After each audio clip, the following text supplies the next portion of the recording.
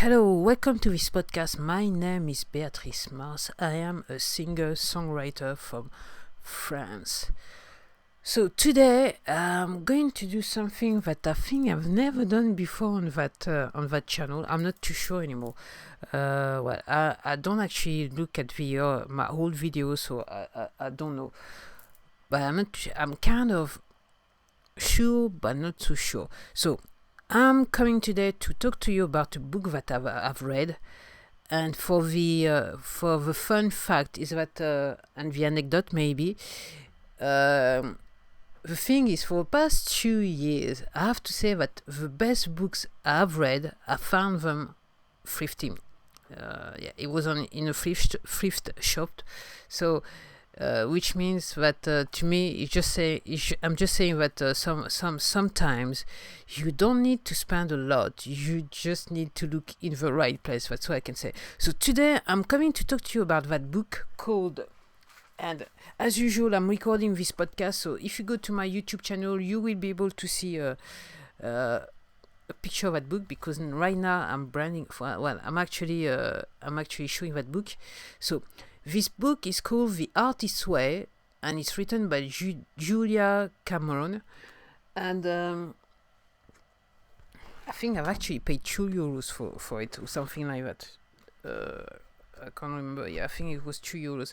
And basically, Julia Cameron seems to be, because it's for sure. She's a screenwriter. So she's working. She's working. I hope she's still working in Hollywood and everything. The book is from 1993. So you could say it's a bit dated, but because of what she's talking about, it's actually not outdated anymore. That's what I can say. So it seems that at the time it was an international bestseller, excuse me, but to wait 2019 to actually find that book to me. And honestly, 1993, I wish I had that book in my hand back in the 90s, because it would have changed a lot to me, because at that time I was like past my teenage years. I was something like, for the first time in my life, I was like free between quotes, knowing that I was away from my family. I was living in England, so it was to me, it was a good life, because I managed to break free from my family somehow, and I was able to come back to my favorite hobby, which was at the time making music, and which has always been making music. So the little money I had, I was earning. I actually bought a computer. I bought some keyboards and a sound card at the time, and everything was running with Windows, which is something I'm not prepared to do anymore. That's what I can say. I stick with Apple till the end, because the thing is, you don't get in terms of clock timing, you have no problem with Apple. Most of the time you have no problem, and at the time when I was working on Windows, there was always that problem. So that's the reason I actually switched from Windows to Apple. I had enough. So basically, yeah, I wish I had that book at the time, because it would have changed a lot in my life. And I'm very pleased. And the reason why I want to talk about that book is that The Artist's Way is that I realized that what I was going through at the time back in the 90s, what I'm going through right now since 2017, since I decided to do that again, even though around 2005, around that time, I was doing a little bit, but basically then I was stressed up. I had some personal trouble and I couldn't do anything anymore. So I realized that what she's actually writing in that book, either intuitively I've managed to actually incorporate it in the way I'm actually working, or I've lived it and I had those feelings and I didn't know, I wasn't sure. And honestly, if I had that book at the time, I think I would have done something different, but I cannot I cannot live on regrets. If the most important thing is what you're doing now. It's the now, not the past, nor the future. It's just the now. So that's the reason why I want to talk to talk about that book. And the subtitle of that book is written A Course in Discovering and Recovering Your Creative Self.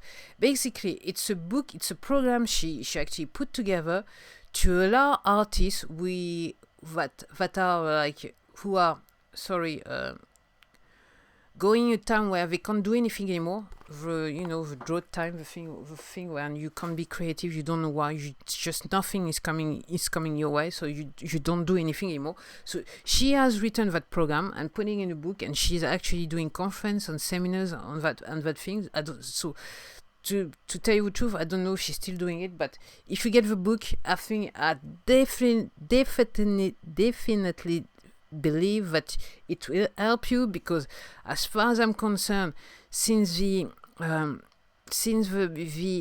the end of 2019, I was in a drought, and in reading that book, I realized like 2 weeks ago, last week, I actually managed to come back to actually try to do something and think more creatively, so which is good. So what she's saying and what I realize, and the main thing about that book, the most important thing she's saying, you need to do morning pages.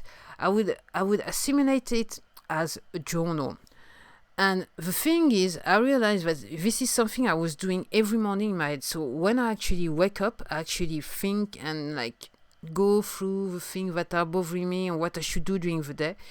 But I didn't really think that it was very important, even though I've read so many books on self-development, and people are saying you need to journal and everything.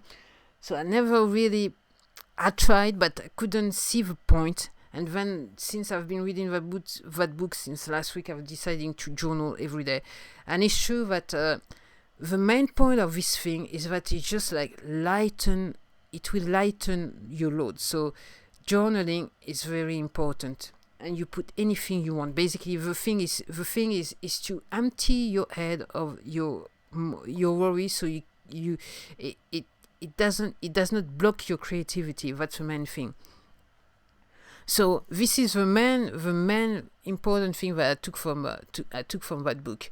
So what she's talking about. So I'm gonna talk about it roughly. I'm not gonna talk about everything. I've done a little list, so we'll see. I'll see how it goes.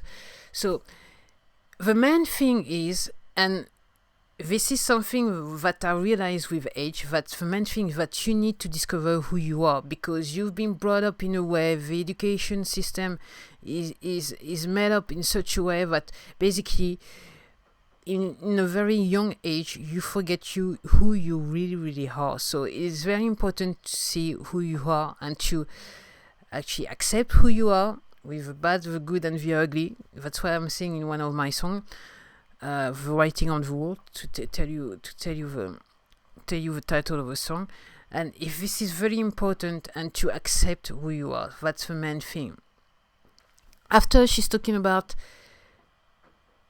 criticism and of your heart. I mean, as I was saying in the last podcast, if you're creating from your heart, HERT, it shouldn't bother you that much if people are criticizing your heart, ART, because at the end of the day, I think if you know who you are and you know what are your pluses and your minuses, you know what your heart is worth. You know why you did it, and you are more able to manage the criticism in the way that you know if people are criticizing because they mean to do you good, or they are criticizing you because they're just plain jealous and nasty and everything. So it's a very important thing. And the next thing which is linked to it is the feeling of shame, being ashamed of being different, being ashamed of your art.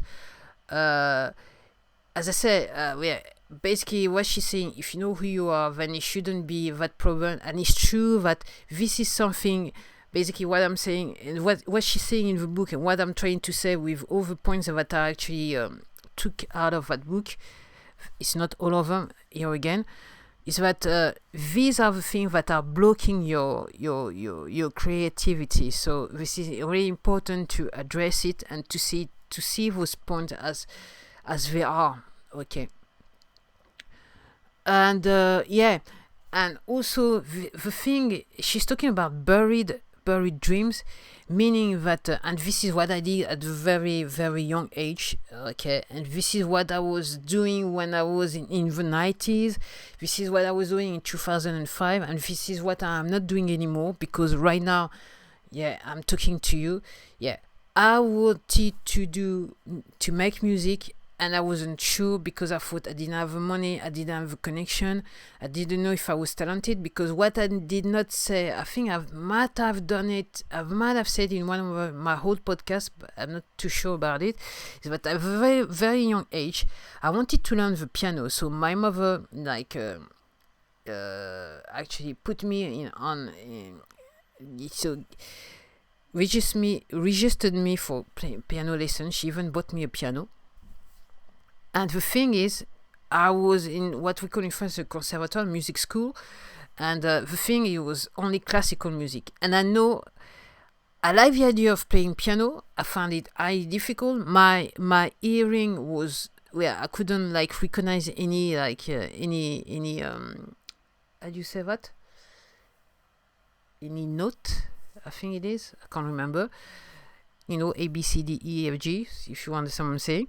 So, and trying to learn classical music wasn't what inside us. I was thinking I was doing the wrong thing. It was difficult, first of all, and I didn't want to do the right thing. And I'm gonna say something that I've never said before to anyone. And it came to a point where every year at the end of the music school there was a little bit of there is a small concert, and I was meant to actually play that little piece, and I was so petrified, so scared, and I wasn't basically in the zone. That's what I can say. I did everything not to play in that concert, and I did not play in the concert in that concert, and I was for the music school, people did not understand what I was doing, why I was doing, and now why I was doing it, what I did, and now with the time I realized that I realized that it was just the artist's fear, the artist's care. I was maybe 11, 12 years old. I can't remember that much, but I was pretty young. So yes, your buried dream, if it's something deep inside you that you need to do, you need to do it, because otherwise, as I said before, if I'm not doing it, I know that it's not point in me living anymore, because this is what I want to do, this is what I'm meant to be doing. This I know deep inside me. And then it comes to the thing, I try to be in the flow. What she was doing, trying to, and I think I will come back to it, maybe not, is that you need to do things to live in an environment, to create yourself a place where you can create. Allow yourself to have some time for yourself where you can actually nurture your creativity in order for you to create. And usually when you're blocked, it's because something in your environment, something in your head, which can be the point that I've quoted before, makes you think that just block you so you can do anything anymore. And then there's she's talking also about perfectionism. To me, it's not that important, because very much early on, I know that even if I was not good, the most important thing to do was to actually do it. So nowadays, as I'm talking, after 6 albums, I know that those albums have some flaws, but as I said to you, I'm not into perfectionism. I'm into art, A-R-T, and and it is very important to me that my art does exist, that people can actually listen to it. if they want, they can share it for the good or the wrong the good or the wrong reason. It doesn't matter anymore. The most important thing is that I had that talent, I was born with it, and I'm able to actually say, okay, I've done something and I can share with everyone, and maybe some people is gonna relate. And I'm not trying to do something perfect. It becomes perfect when intuitively I know that piece, that song that I've worked on is finished. That's where my perfectionism comes. Otherwise, I do not overdo it, because otherwise I wouldn't be able to do it. And most importantly, I wouldn't be able to afford it if I was a perfectionist. That's it. So, and then I can't even, because I've done a little list, but I can't even read what I've written. And the thing is, she's talking about being of service to others. Yeah, and it's all about, and I'm actually reading another book called Click from Josie Fraser. And yes, he's saying that the most important thing, and I've read that in so many books, in self-development books, is the thing is the notion of being of service to others. When it comes to music and any art in general, you creating it not only for your pleasure, but for the pleasures of others. And this is something we kind of tend to forget, because in this world it's all about the money, the Benjamin, the dough that you may cook or may not have, well, whatever. So, and then also there's that thing about being a work alcoholic. I wouldn't call myself a work alcoholic. I've never been a work alcoholic, because as I was saying before, intuitively I found it, I knew that I have some kind of flow that I had to nurture, to work on, and I realized that there are times where when it's flowing, you need to do the work, and when it's not flowing, you need to step back, because maybe you're going through a drought, and then you need to do things differently or do something totally different that will actually allow you to actually generate the flow again. And then when I was actually talking about it earlier on. Yes, you need to make a place for yourself. It doesn't need to be. It has to be some place. It could be a room. It could be a part of a room, but something, an environment where it's all you. All the what's around. If it's a room, everything in the room should be you. Something you like to enjoy seeing. Something that will stimulate your creativity.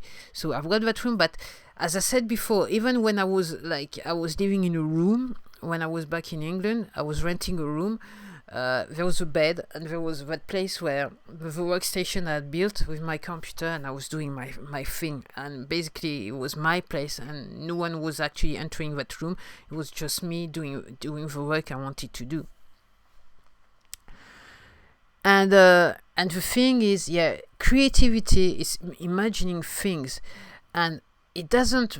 So to me, it could be art, or it could be painting. Well, it's just art in general. To me, it's music, but for you, it could be painting, it could be something else. But you need to imagine things. And she was saying, I can't remember, I'm not too sure if it's in that book. I think it is in that book. But bear with me if it's not in that book. If you do read that book and you realize that I was wrong, bear with me. It's because if I'm saying that, it's because I've read it somewhere else, if it wasn't in that book. So what people tend to think, people talking about self-development and creativity and art in general. Yeah, I've read that book called from a guy called Omran, Omraan. And he was making that link between spirituality and creativity. And he was saying also that when you're in a young age, basically you are robbed from your creativity. When you're young, when you're very young, you're very imaginative. That's the reason why you play with toys, and you tell stories with your toys, and you create stories with your toys, because you got this imaginative brain. And then you grow up, you go through the education system, and your parents, tend to not to nurture your talent, which is your creativity at a very young age, and you lose it, or you become dissociated from your creativity. And and the thing is, you should do it, but because people have told you the society or the stereotypes of the artist in itself, the broke one, which is a hippie, which is like kind of mad somehow, is stuck in your brain. You actually refrain yourself from imagining things for like having fun in your life with your creativity, and well, which comes to a point where unconsciously you hate yourself for not doing what you know that you should be doing. So these are the point, and I wanted to talk about, and there's one I can't read anymore, so I'm not going to talk about it, but this is really a small piece of a book. I would encourage you to actually read that book. Basically, there are weeks. I think there are 12 weeks. So every week, she gives you an assignment. So it's really a book for people who are creative artists and they can't create anymore. This book should help you to actually go back to your mojo, if you understand what I'm saying. So I have to say, I've read it in my own time within a week.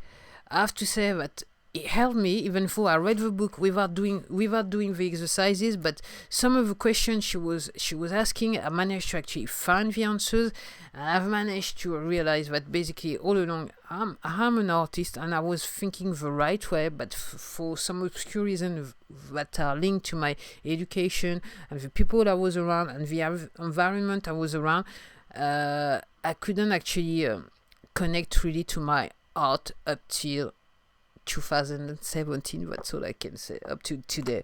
So it helped me. I actually hope that it will help you as well. And honestly, if you're an artist, I'm not paid to say that, but I think you need to read that book. That's the first time that I read that book, and I feel like someone's got the answer. Someone is really helping an artist. So if you're the only reason for you to be an artist is to make money, maybe that book is not just for you, because there are some part of the book which are close to spirituality, which will not allow you to connect with what she wants to say. But if you're really a true artist, I think you definitely need that book. That's it. That's all for me for today.